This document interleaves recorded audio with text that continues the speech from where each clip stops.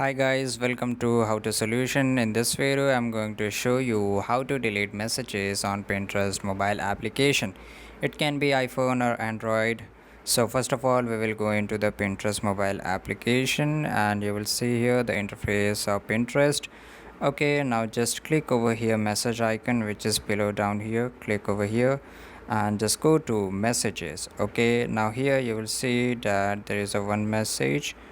I want to delete this, so you have to click on three dots and after that you have to click on hide conversation. Okay, and after that your messages will be get hidden. Okay, so this is the way that you can delete messages over Pinterest mobile application. So I hope you found this video really helpful.